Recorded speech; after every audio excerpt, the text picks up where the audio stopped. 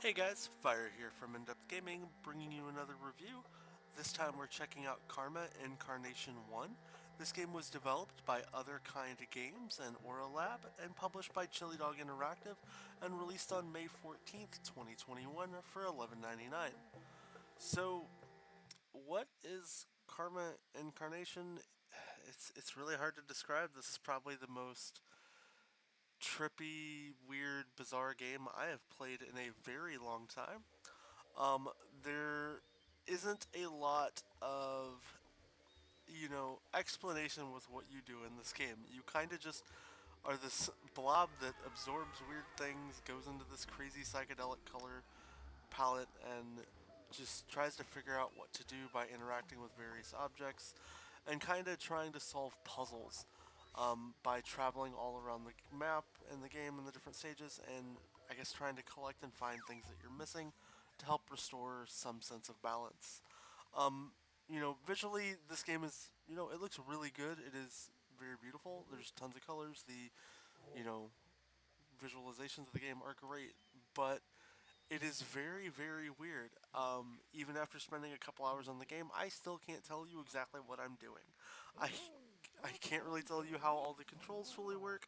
All I can tell you is I've completed things that I think are puzzles, and that's about as far as I'm kind of getting into the game after spending hours trying to figure out what in the world I'm doing. That being said, it's definitely not an absolutely horrible game. It's just a game that is very, very bizarre. Um, I've been trying my best to figure out how to get through all the various stages and trying to figure out what you need to do. From my best guess, I've gotten about 60% of the way through the game. I haven't completely beat the game yet, so please note that when you're hearing my review and opinions because frankly, I can't figure out what to do in this entirely crazy and bizarre game. And, it's it's so weird to be stumped in a game like this. There's this little kind of rotating gear thing that I'm in this part of the game, for example, which is a puzzle where you rotate things to try to open up portals to travel to different areas, and you have to always figure out what the kind of combinations are for everything to get you to the next level. So quite often I'm just spinning this thing around, trying to get it to teleport and give me a passageway to a different area to then try to go find the things that I need to collect to give to the next person to proceed to the next portion of the stage.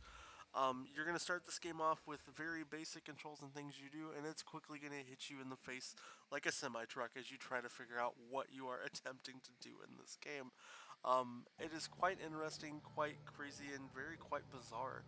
Um, Overall, though, it's not a difficult game. You just the difficulty lies in trying to understand the game and figure out what you're supposed to do as you go through all these just crazy, interesting sections of the game and finding all these things that you can click on and interact with and just have no clue what you're doing. And frankly, that's been my entire experience with the game because none of the characters really talk. They just kind of show you these thought bubbles, and you have to kind of interpret what they're wanting and figure it out based on that. Um, like for example, here in this little thought bubble, they're talking to me about some little guy I think that's burning on fire. I don't have a clue because I haven't really figured it out because I've spent about an hour being stuck in this position. Um, Achievement wise, this game doesn't seem like too hard of a completion. It looks like most gamers are knocking this game out in a few hours. But there's not too many people that I've seen that have picked this game up, and for those that I've talked to that have played it as well, it's definitely one of the more bizarre and weird games. Control wise, it's not too difficult. You basically use your D pad, you move around with like a little cursor here to select various objects when they want to work, and then you just kind of rinse and repeat and continue the same methods while you hunt for things. You're going to find weird things that may not appear there the first time you interact with them. You may have to go to some areas multiple times, and that's kind of just the nature of how this game is.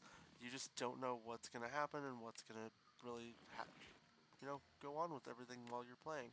As you can see here, I have no idea what the snowman does, so maybe I'll figure it out eventually. But we're gonna keep going around and looking through levels, and that's kind of what you do in this game. You just kind of try to figure out your best way to complete all your tasks and objectives, and really try to complete the puzzles and find the pieces and items that the other characters in the game are looking for.